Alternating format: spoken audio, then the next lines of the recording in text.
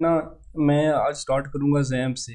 ठीक है, क्योंकि अब हमने बैकएंड के ऊपर काम करना है तो ओबियसली जैम का आपको पहले आइडिया होना ज़रूरी है। मैं जैम कंट्रोल पैनल जो है इसको एक दफ़ा ओपन करूँगा, इसको स्टार्ट करूँगा, इसका अपाची और माई एसक्यूएल जो है स्टार्ट कर देता हूँ। उसके बाद आपने माई एसक्यूएल का जो एडमिन है ना इस पर क्लिक करना है। ठीक है, या फिर आप यहाँ पे लोकल वो लिख के ना लोकल होस्ट लिख के PHP में एडमिन, मतलब ये जो पूरा पाथ है ये भी आप दे सकते हो। आपको जब भी डेटाबेस ओपन करनी होगी तो लोकल होस्ट /PHP माई एडमिन, ये जो पूरा पाथ है आप चाहो तो क्रोम में कॉपी करके पेस्ट कर दो, वैसे लिख लो, या फिर यहाँ पे क्लिक करके इस पे क्लिक करेंगे तो ऑटोमेटिकली जो है एडमिन की जो साइट है ये ओपन हो जाएगी। ये बेसिकली आपका जो है सर्वर, मतलब ये जो आपका होता है ना PHP माई एडमिन, ये डेटाबेस है आपकी। जो PHP की जितनी भी डेटाबेसेस होती हैं वो यहाँ पे मैनेज होती हैं। अब डेटाबेस क्या होती है?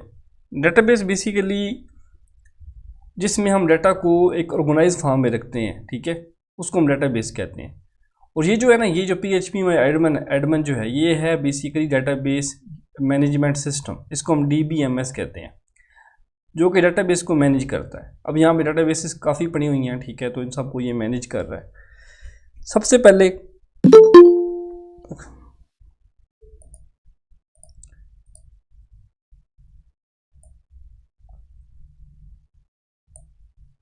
आपने ये देखना है कि जो हमारा होस्ट एड्रेस है ना वो क्या है, वो है हमारा जी लोकल होस्ट। ये हमारा जो होस्ट है ना वो लोकल होस्ट है, ठीक है।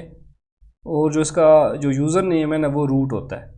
ये अपनी बात याद रखनी है, मैं आपको आगे दिखाऊंगा भी सही कि इसको कैसे कनेक्ट करते हैं।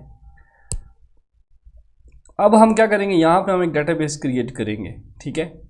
यहाँ पे क्लिक करके आपने यहाँ पे डेटाबेस क्रिएट करनी होती है। मैं कोई भी डेटाबेस क्रिएट करूँगा, मतलब मैं फॉर एग्जांपल कर देता हूँ जी ABCD के नाम से, कोई भी मतलब अब जो भी आपको रिक्वायर्ड है वो आप उसी नाम से डेटाबेस आप क्रिएट कर सकते हैं। जस्ट यहाँ पे क्लिक करना है, डेटाबेस आपकी क्रिएट हो जाती है, ठीक है। अब आपको पता होना चाहिए कि डेटाबेस के अंदर जो है वो टेबल्स भी क्रिएट होते हैं, ठीक है। अब टेबल्स नहीं होंगे तो डेटाबेस काम नहीं करती, ठीक है। अब जैसे ये डेटाबेस है, इस पर मैं क्लिक करूँगा, यहाँ पे देखिए माइनस का साइन आ रहा है, प्लस का साइन नहीं आ रहा, ठीक है। तो उसमें टेबल्स नहीं, जैसे यहाँ पे मैं इस पर क्लिक करता हूँ, यहाँ पे ये देखें टेबल्स बन के शो हो रहे हैं, ठीक है। टेबल को ओपन करते हैं तो उसके सामने ये रिकॉर्ड शो होता है, एडमिन ID, ये सब कुछ इसके ये कॉलम्स शो हो रहे हैं, ठीक है। ये इसका जो डाटा है वो रो के अंदर शो हो रहा है। तो ये बेसिकली हमने अब इसके अंदर भी एक टेबल क्रिएट करना है न्यू से। अब यहाँ पे आप सेट करते हो कि जब टेबल क्रिएट करेंगे तो टेबल के कॉलम कितने होने चाहिए। मैं यहाँ पे कर देता हूँ जी 3। टेबल का नाम क्या होना चाहिए, मैं टेबल का नाम कर दूंगा जी यूज़र कर देता हूँ, यूज़र्स कर देता हूँ, ठीक है। यहाँ पे यूज़र्स के नाम से मैंने टेबल एक क्रिएट कर लिया। यूज़र्स मैंने इसलिए किया, मैं चाहता हूँ कि यूज़र्स की जो डिटेल है ना वो यहाँ पे डिस्प्ले हो।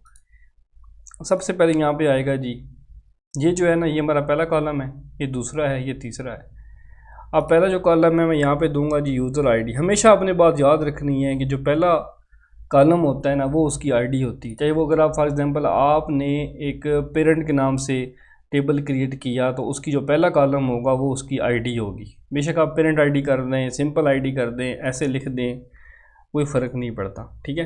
बस आपने ये बात आपने ध्यान में रखनी है, यूज़र ID स्पेस बीच में नहीं देनी। जब भी आप लिखो या तो आप मिला के ऐसे करके लिख दो, या तो फिर आप डैश लगा दो बीच में, या तो फिर आप हाइफन ये जो अंडरस्कोर है ये लगा दो, ये इन चीज़ों का यूज़ कर सकते हो, ठीक है। बीच में डॉट कॉमा ये चीज़ें यूज़ नहीं करनी, मैं ये यूज़ करता हूँ।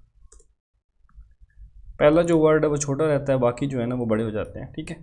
तो ऐसे करके आप इसका जो पहला है वो ID यूज़ करेंगे। दूसरे के बाद उसकी जो टाइप होती है वो हमेशा इंट रहती है। यूज़र ID जो भी है, मतलब आपके पास कोई प्रोडक्ट है, प्रोडक्ट का टेबल है तो उसकी प्रोडक्ट ID होगी, ठीक है, लाजमी होगी, लाजमी होती है। तो ID जो होती है ना उसका जो टाइप होती है वो इंट रहती है। अब इंट क्या है, इंटीजर इसको कहते हैं। इंट में क्या होता है, 0 से लेकर 9 तक जो है ना वर्ड जो है ना नंबरिंग स्टोर होनी चाहिए, इसको हम इंटीजर कहते हैं। लेंथ कितनी रखनी है, बेशक आप इसकी 11 लेंथ रख दें, ठीक है, कोई मसला नहीं है। 11 का 255 जो है ना मैक्सिमम होती है, ठीक है। आप कोशिश करेंगे 1150 से अबव ना आ जाए, बहुत इनफ होती है। बाकी चीज़ें सारी जो है वो खाली छोड़ दें, कुछ भी करने की ज़रूरत कोई नहीं है। ओनली जो ये हमारी आईडी होगी ना, इसके आगे हम यहाँ पे लगाएंगे ऑटो इंक्रीमेंट, मतलब ए आई का मतलब है ऑटो इंक्रीमेंट, ठीक है। ये सेट कर देंगे। यहाँ पे हम इसकी प्राइमरी की इसको सेट कर देंगे। बाकी सब कुछ कोई सेम टू सेम रहेगा, हमको कुछ भी चेंज करने की ज़रूरत नहीं है, ठीक है। ये कुछ चीज़ें आपने सेट करनी है। ये हमारा पहला जो है ना कॉलम सेट हो गया। यहाँ पे आते हैं जी। अब यहाँ पे लिखेंगे यूज़र का जो नेम है वो क्या, मैं यहाँ पे कर देता हूँ सिंपल नेम, यहाँ पे लिख देता हूँ नेम। अब नेम जो है ना वो इंट नहीं होता, नंबर तो उसमें नहीं आते, उसमें फिर आप लगा देंगे varchar। बाकी सब में आप varchar यूज़ करें, सब में, नेम के अंदर, फादर नेम के अंदर, CNAC के अंदर। varchar क्या होता है, इसमें नंबर भी आ जाते हैं, आपके ABCD भी आ जाती है, इवन कि आपके स्पेशल करैक्टर भी बीच में आते हैं। लेंथ इसकी आप कर दे, बाकी जितने भी उनकी लेंथ आप 55 करते जाएं, ठीक है। ज़रूरत नहीं है कि मतलब स्पेसिफिक आपको पता हो कि कौन सी कितनी करनी है। बाकी जैसे ये है वैसे ही छोड़ दें बस। यहाँ पे लिख देंगे जी फादर नेम, मैं एग्जांपल देता हूँ, ठीक है, ऐसे कर लेते हैं। फिर इसको ठीक है varchar कर देंगे, इसको भी 55 कर देंगे। यहाँ पे मैं इसको कर दूँगा सेव, ठीक है। इतना सा काम करने के बाद देखिए मेरे पास जो है वो टेबल क्रिएट हो गया, ठीक है। और टेबल में मेरे 3 कॉलम है, ठीक है। एक है आईडी वाला, एक है नेम वाला और एक है फादर नेम। ये बेसिकली कॉलम मेरे पास स्टोर हो चुके हैं। अब यहाँ पे डाटा कुछ भी नहीं पड़ा हुआ, डाटा कैसे इंसर्ट होता है ज़रा हम उसको चेक करते हैं। यहाँ तक कोई कन्फ्यूजन अगर है तो आप मुझसे डिस्कस कर सकते हैं। अब हम इसके अंदर डाटा इंसर्ट करेंगे थ्रू क्यूरी। अब क्यूरी क्या होती है, बेसिकली जो है एसक्यूएल के अंदर जो है आप जब भी डाटा ऐड करते हो, ठीक है, मतलब जो अब प्रोग्रामिंग आप करोगे तो अब डाटा जब भी ऐड करोगे तो वो क्यूरी के ज़रिए डाटा आपका ऐड होता है, ठीक है। तो क्यूरीज़ भी आपको आनी चाहिए। बेसिकली क्यूरीज़ होती हैं 4 जो मोस्टली यूज़ होती हैं, वैसे तो होती ज़्यादा ही हैं, मतलब ड्रॉप वाली होती है, क्रिएट वाली होती है, पर जो ज़्यादा यूज़ होती हैं ना वो होती हैं ये 4 क्यूरीज़, सेलेक्ट वाली, इंसर्ट वाली, अपडेट वाली, डिलीट वाली। ये होती हैं 4 क्यूरीज़। जो सेलेक्ट की क्यूरी होती है ना उसका सिंटैक्स कुछ ऐसा होता है, ठीक है। पहले मैं ये बता दूं कि ये करती ही है। सेलेक्ट की जो क्यूरी होती है इसका काम होता है डाटा को फैच करवाना, मतलब डाटाबेस के अंदर जो भी डाटा पड़ा हुआ है उसको शो करवाना, डिस्प्ले करवाना। तो ये क्यूरी वहाँ पे मतलब काम आती है। या फिर डाटा यहाँ से उठा के फ्रंट पे डिस्प्ले करवाना, जो हमारी फ्रंट प्रेजेंटेशन लेयर होती है HTML के अंदर, वहाँ पे इसको डिस्प्ले करवाना डाटाबेस में से उठा के, तो वहाँ पे भी आपकी सेलेक्ट वाली क्यूरी यूज़ होती है। मतलब फैचिंग के लिए हम क्यूरी यूज़ करते हैं सेलेक्ट वाली। फिर होती है इंसर्ट वाली, उसका ये वाला सिंटैक्स है, ठीक है। इंसर्ट की जो क्यूरी होती है उसका काम होता है डेटाबेस के अंदर डाटा को इंसर्ट करना, ठीक है। फिर होती है अपडेट की क्यूरी, जो डाटा जो एग्जिस्टिंग रिकॉर्ड पड़ा होता है, मतलब डाटा ऑलरेडी इंसर्टेड होता है टेबल के अंदर, उसको हम अपडेट करते हैं। मतलब आपने डाटा इंसर्ट कर दिया, उसमें कुछ चेंजिंग करनी है तो फिर आप अपडेट की क्यूरी लगा के उसमें चेंज करेंगे। और डिलीट का तो काम है ही डिलीट, जो एग्जिस्टिंग रिकॉर्ड मौजूद है उसको आप उनमें से डिलीट करना है तो आप डिलीट कर सकते हैं। इसको हम डिटेल के साथ भी पढ़ेंगे क्योंकि ये बहुत बड़ा एक फ़र्ज़ करके एक अलग जो है ना ये चैप्टर है, लेकिन स्टार्टिंग में कुछ ना कुछ तो हमको ये आना चाहिए। सबसे पहले हम इंसर्ट के ऊपर आते हैं, ठीक है। यहाँ पे अब इसने ऑलरेडी मतलब मैंने टेबल को सिलेक्ट किया है, यहाँ पे क्लिक किया तो इसने मुझे खुद सारा सिंटैक्स लिख के दे दिया है, ठीक है। आपको खुद भी वैसे भी लिखना आना चाहिए। इंसर्ट इनटू लिखते हैं जी, यूज़र जो है टेबल का नाम है, ठीक है। यहाँ पे ये यूज़र आईडी, नेम और फादर नेम कॉलम्स के नेम है, जैसे मैंने ऊपर वो राइट किए थे। आगे वैल्यूज़ लिखी जाती हैं, ठीक है। वैल्यूज़ के अंदर आप जो भी डाटा इंसर्ट करो, जैसे मैं यहाँ पे इसको खाली छोड़ देता हूँ, ठीक है, क्योंकि मैंने लगाया है ऑटो इंक्रीमेंट। ऑटो इंक्रीमेंट का मतलब होता है कि वो खुद ही जो है वो उसको फिल करता रहेगा। मैं इसको यहाँ से, इसको भी यहाँ से रिमूव कर देता हूँ, मुझे यहाँ पे लगाने की ज़रूरत नहीं है। उसके बाद वैल्यू 1 जो 2 है ना, इसका नाम मतलब मैंने यहाँ पे वैल्यू इंसर्ट करनी है। नेम के अंदर मैं कर दूँगा असद, ठीक है। और फादर नेम के अंदर मैं यहाँ पे कर देता हूँ जी, ये नहीं जी, मैंने अपने अबू का नाम बीच में ऐड किया और यहाँ पे मैं करूँगा जी गो। अब देखिए यहाँ पे इंसर्टेड रो ID 1, ठीक है। एक ID मेरी जो है ना इंसर्ट हो चुकी है। अब मैं यहाँ पे आपको ओपन करके दिखाता भी हूँ। ये देखिए मेरा रिकॉर्ड यहाँ पे ऐड हुआ है ID 1 असद, और ये मेरे अबू का नाम। ये जो ID है ये तो मैंने नहीं ऐड की, ये खुद ऑटोमेटिक ऐड हो रही है, इसलिए मुझे यहाँ पे आईडी को मैंने लगाया था ऑटो इंक्रीमेंट, वो खुद ही चेक करेगी। ठीक है, वो आईडी जो है वो खुद चेक होती रहेगी और ऑटो इंक्रीमेंट होती रहेगी। अब मैं नेक्स्ट एक और रिकॉर्ड ऐड करता हूँ, दोबारा इंसर्ट की क्वेरी लगाऊंगा, मैं आईडी यहाँ से रिमूव कर दूंगा और यहाँ से मैं ये भी रिमूव कर देता हूँ, बल्कि यहाँ तक मैं कर देता हूँ अली।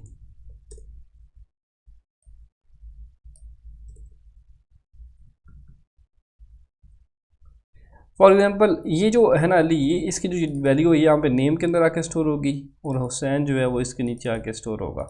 अब मैं अगेन गो करता हूँ, अब देखिए 1 रो ऑलरेडी मतलब पहले थी, उसके नीचे फिर एक और आ गई है 2 के, वो देखिए मैंने 2 लिखा नहीं है, 2 खुद आ रहा है, बस उसके नीचे मैं जो डाटा देता जाऊँगा वो यहाँ पे इंसर्ट होता जाएगा। ये काम जो है ना बेसिकली हो रहा है थ्रू क्यूरीज। अब क्यूरीज इसलिए मतलब वैसे तो मैं चाहूँ तो खुद भी डाटा इंसर्ट कर सकता हूँ, डायरेक्टली भी हो सकता है, बट मैं क्यूरी के ज़रिए क्यों कर रहा हूँ, क्योंकि मुझे ये क्यूरीज आएंगी तो मतलब फ्रंट पे जो मेरा कोड है मैंने वहाँ पे तो क्यूरीज लिखनी होती हैं, वहाँ पे तो मुझे एग्जैक्ट ऐसा स्ट्रक्चर तो नहीं बना नज़र आएगा जिसमें डाटा मैं इंसर्ट कर पाऊँ, तो मुझे जो है ना क्यूरीज चाहिए होती हैं, उस क्यूरीज के ज़रिए डाटा को जो है मैं इंसर्ट करवाता हूँ। अच्छा, अब ये काम तो हो गया जी, ये मुझे समझ, अब आपको ये तो यहाँ तक समझ आ चुकी होगी कि टेबल क्रिएट करते हैं, ठीक है, टेबल के अंदर डाटा को आप इंसर्ट करवाते हैं, वो सब कुछ हो रहा है।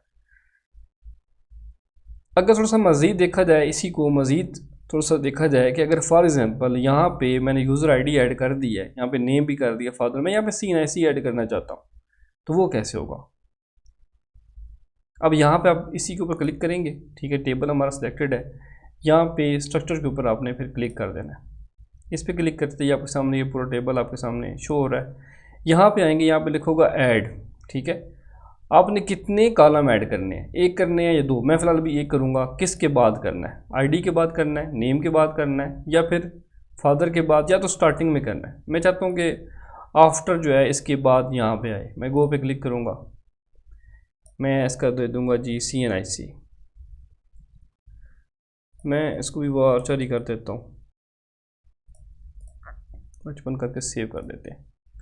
ऐसे करके आप अपना जो का टेबल है उसको एडिट भी कर सकते हैं। अब उस पर क्लिक करेंगे तो यहाँ पे ये देखें CNIC भी बीच में आ चुका है। आप क्यूरी के अंदर जब आप इसी पे क्लिक करेंगे तो साथ में आपका CNIC भी जो कॉलम है वो भी सिलेक्टेड आ रहा है, ठीक है। अच्छा, आगे चलते हैं, थोड़ा सा मज़ीद इसको ज़रा समझते हैं कि मज़ीद अगर फॉर एग्ज़ाम्पल इसमें से ये कॉलम रिमूव करना हो तो फिर क्या करें। ठीक है, अगर ये चीज़ रिमूव करनी हो तो फिर क्या किया जाए। ये तो रो सेलेक्ट हो रही है, यहाँ पे ये चीज़ सेलेक्ट हो रही है,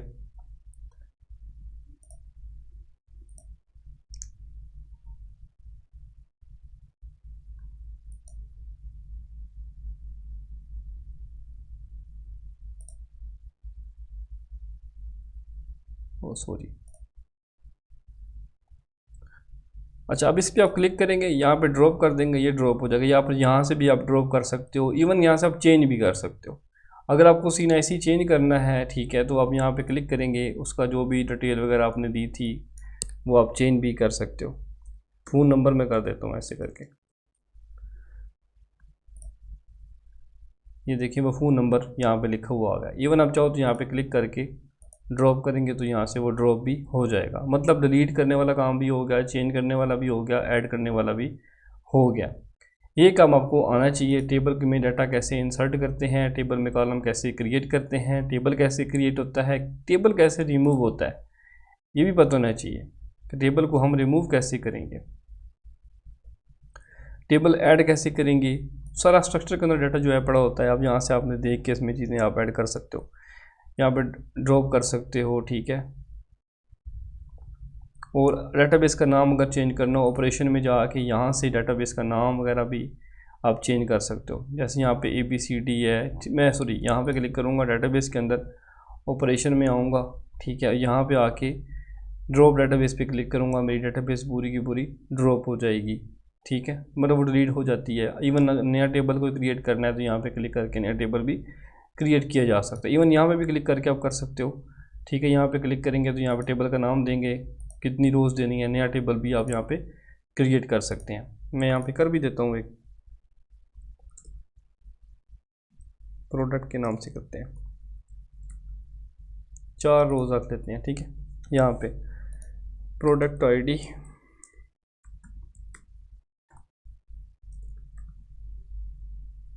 इसकी लेंथ 11 कर देते हैं। उसके बाद इसको करना पड़ेगा जी मुझे ऑटो इंक्रीमेंट, प्राइमरी वो लग गया ऑटोमेटिक। उसके बाद मैं यहाँ पे नीचे आऊँगा, इधर मैं आके करूँगा जी प्रोडक्ट नेम,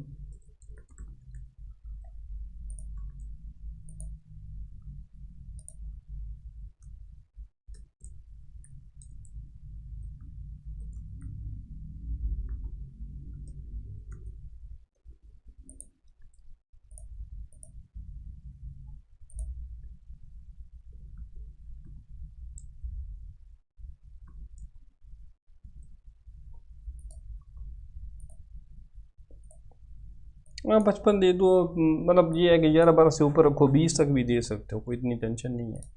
सेव करो इसको, ये देखें टेबल एक और क्रिएट हो गया। इसमें भी आप डाटा इंसर्ट कर सकते हो एसक्यूएल के ज़रिए, ठीक है। यहाँ तक कोई कन्फ्यूजन है तो आप मुझसे क्वेश्चन